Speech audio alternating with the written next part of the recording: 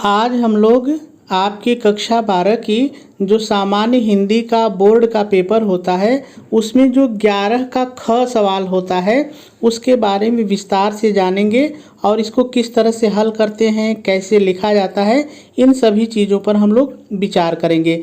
Video थोड़ी बड़ी हो सकती है, लेकिन यदि आप ध्यान से देखेंगे तो आपको ऐसा नहीं लगेगा कि आपका समय खराब गया। देखिए, जो ज़रूरी चीज़ें होती हैं मैं पढ़ाने के साथ साथ उस पर आपको सलाह भी देता रहता हूँ। देखिए, कोई भी विषय जब आप सवाल हल करने चलते हैं तो जो उसकी सूचना होती है ना, इसको बहुत ध्यान से पढ़ा करिए। इसको पढ़ने में कभी भी जल्दबाजी मत किया करिए, ठीक है। तो चलिए हम लोग 11 का देखिए, इसके पहले जो वीडियो मैंने अपलोड किया था उसमें 11 का क कैसे हल करना है उसके बारे में बात की थी और कैसे तैयार करना है उसके बारे में बात की थी। आज की इस वीडियो में हम लोग 11 के ख के बारे में बात करेंगे, फिर इसके बाद ग के बारे में बात करेंगे, फिर घ के बारे में, क्रमशः ऐसे हम लोग देखेंगे, ठीक है।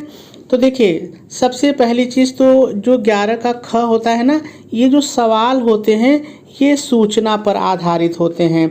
यानी ये वो चीज़ें हैं जो आपको रटनी पड़ेगी, याद करनी पड़ेगी। इसमें टीचर की 1% भी भूमिका नहीं होती है।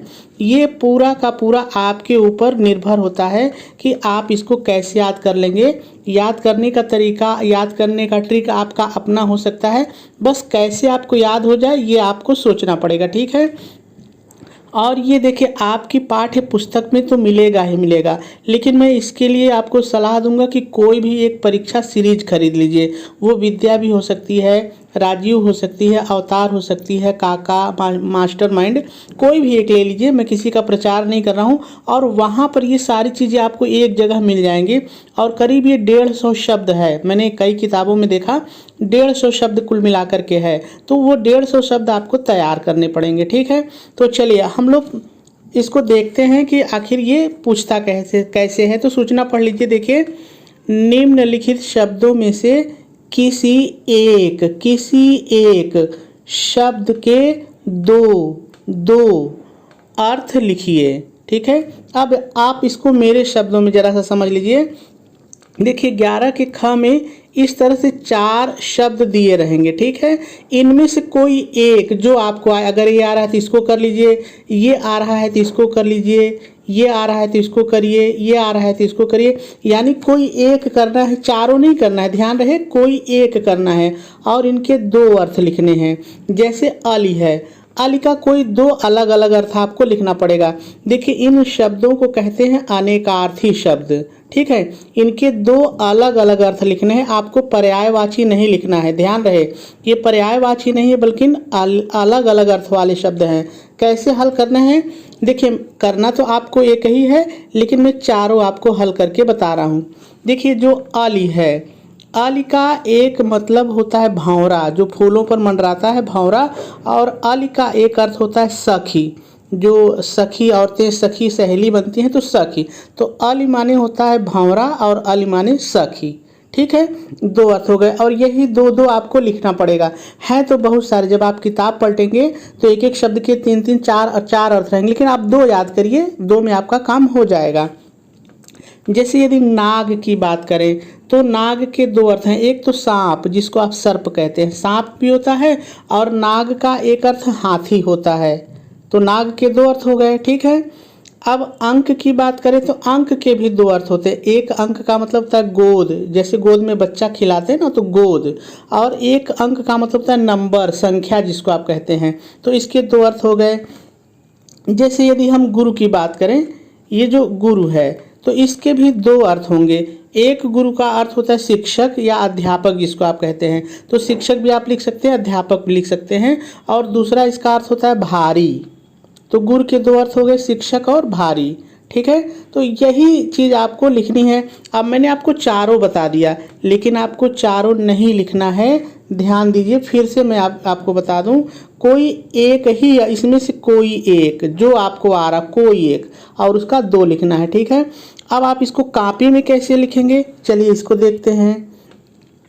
अब आप थोड़ी देर के लिए मान लीजिए कि जब मैंने देखा तो मुझको इसका नहीं पता चला, इसका भी नहीं पता चला, इसका भी नहीं पता आया, मुझे इसका मालूम था। तो चलिए मैं ये मान के चल रहा हूँ कि मुझे ये मालूम है। अब आप उत्तर कैसे लिखेंगे, देखिए,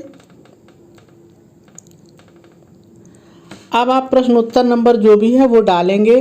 प्रश्नोत्तर में 11 का क है तो क डालेंगे, ख है तो ख डालेंगे। तो आप क कर चुके हैं, अब ख की बारी है तो आप इसको पहले प्रश्नोत्तर नंबर बहुत स्पष्ट लिखेंगे, प्रश्नोत्तर नंबर 11 का ख।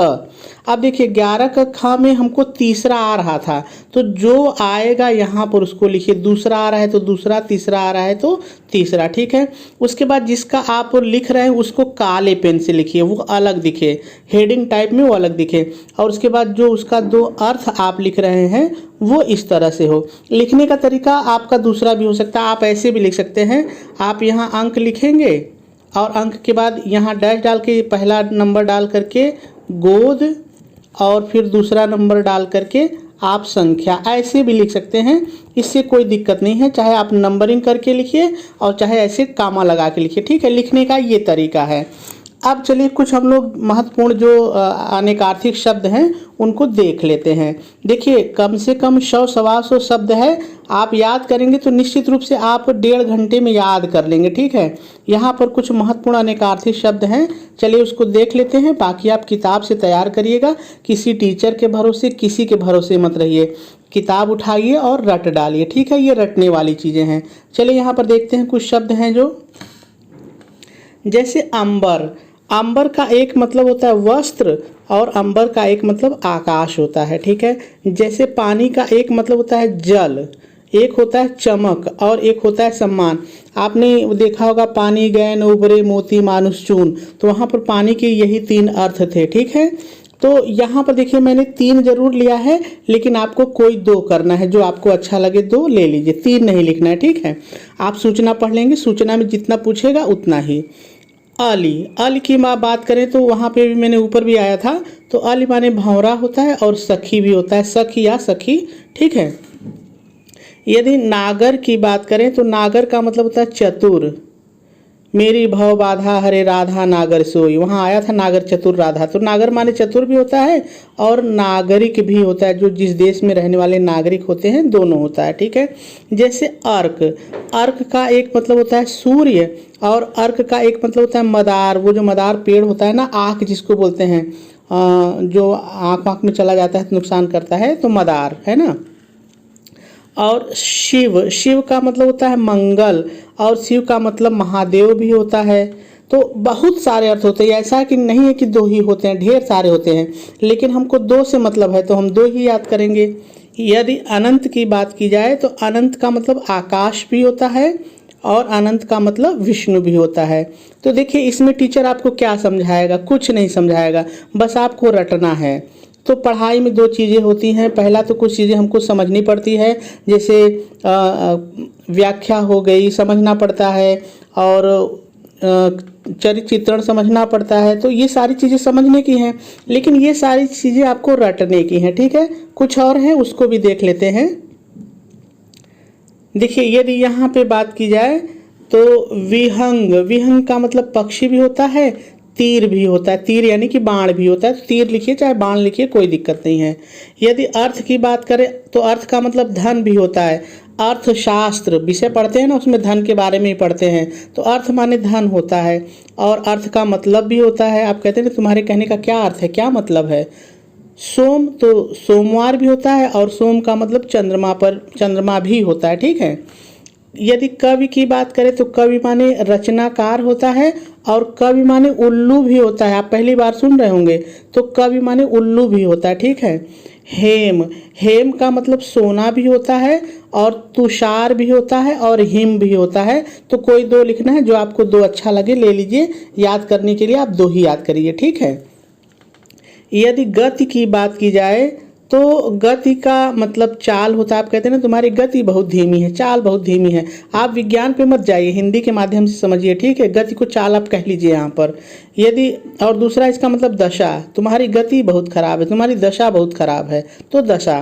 कंचन, कंचन माने सोना भी होता है और कंचन माने निर्मल भी होता है, यानी कहते हैं ना तुम्हारा मन बहुत कंचन है, तो निर्मल है, साफ है ना। और कंचन माने धन दौलत होता है। तो कोई 2 आपको जो सरल लगे याद कर लीजिए। प्रकाश, देखिए यहाँ पर मैंने 3 लिया है, आपको जो 2 अच्छा लगे याद कर लीजिए। तो प्रकाश माने ज्योति भी होता है और स्पष्ट भी होता है। आप कहते हैं ना यार इस पे प्रकाश डालिए, तो प्रकाश मतलब स्पष्ट भी होता है और धूप तो होता ही है। तो कोई भी 2 आप याद कर सकते हैं। यदि कप की बात की जाए तो कप माने बंदर होता है। अच्छा, कप माने हाथी भी होता है, पहली बार आपने सुना होगा। कप माने हाथी भी होता है और कप माने लंगूर भी होता है। तो जो आपको अच्छा लगे वो 2 याद कर लीजिए, ठीक है। तो ये कुछ मैंने आपके लिए लिया था कि इसको याद करना है, लेकिन मैं फिर से एक बार कहूँगा, ये करीब 125 शब्द हैं, 125 शब्द हैं। मैंने कई किताबें देखी हैं, तो कुल मिलाकर 125 शब्द के करीब हैं। उसको आप रट लीजिएगा, ठीक है, कोई दिक्कत नहीं। आप 1 घंटा बैठेंगे, रट लेंगे तो याद हो जाएगा, कहीं कोई दिक्कत नहीं होगी, ठीक है। तो आज हम लोग इसको इतना ही देखते हैं, बाकी आप याद करते रहिए। फिर मैं अगली वीडियो में कोई नए प्रश्न को लेके आऊँगा और आपको बताने का प्रयास करूँगा।